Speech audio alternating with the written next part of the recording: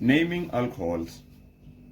Well, the rules are still the same. Number from the end closest to the functional group. Now, with alcohols, the functional group is OH.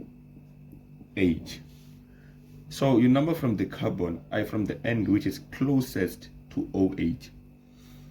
Yeah, then let's move. Okay. With this one, the carbon closest to the functional group is this one. Only have one carbon atom, and so it's gonna be methane. Remember, with the stem names, we talked about the stem names ending like this: meth, eth, prop, bute, and the stem names that end with methane, ethane, propane, butane. Yeah, those kind of things. So I said about all the hydrocarbons, they end with something like this. But starting from alcohols, aldehydes, ketones, and acids, the stem name should end with an N like this. So the stem name is going to be methane, not just meth for alcohols. And from here, it's methane, ethane, propane, just like that. Well, the stem name for one carbon atom, it's going to be methane, right? And in carbon number 1, we found our functional group called OH. So that's going to give us the suffix, which is going to be OL. Well, let's try and combine. It's going to be methane, then 1 ol. Then or remember, 1 is not that necessary to write, and so you may write it as methanol. That's still correct. Moving to the second one, number from the end closest to OH. I will be specific to OH, the functional group. According to the rule, we number from the carbon closest to the functional group, right? But the functional group of alcohols is OH. And so we're going to number from here. Okay. 2 carbon atoms, it's ethane. Okay. Then in carbon number 1, again, we found our functional group OL. Okay. And so the name is going to be ethane 1 ol. And remember, 1 is not that necessary to write, so it may be ethanol. Yeah. Then number from the end closest to OH, the functional group.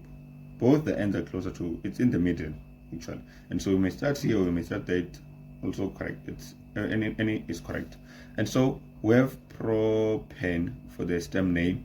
And in carbon number 2, we found the functional group for ol. And so the name is going to be propane 2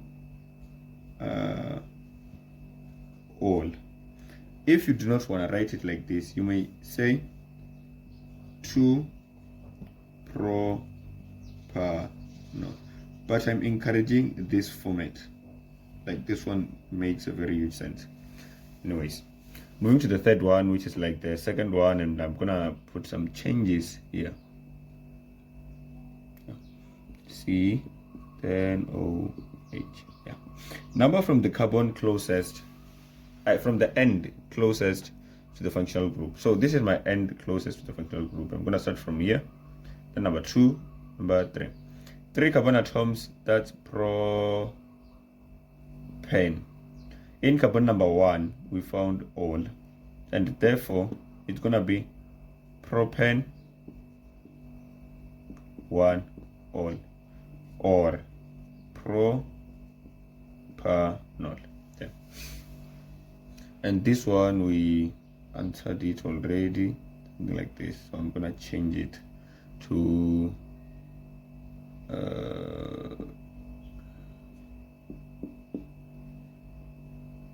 then OH. Yeah, like this. Well, the rule is still the same. Number from the end closest to the functional group, OH for this case. So the end closest to OH is this one. I may start from here at 1, 2, 3, 4. So it's butane, the stem name. And in carbon number 2, we found the functional group for all. And so the name will be butane to all, then, which you may write it as 2-butanol, like that. Okay, number 6. Yeah, number 6, we are given that. And so yeah, number from the carbon closest, from the end closest to the functional group. So the functional group is in the middle. So you may start from here, all is correct.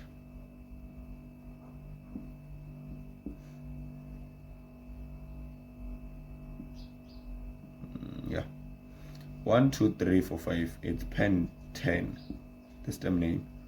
And then carbon number 3, we found all.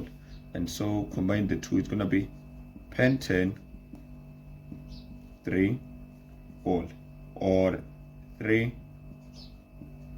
pentanol, like this. So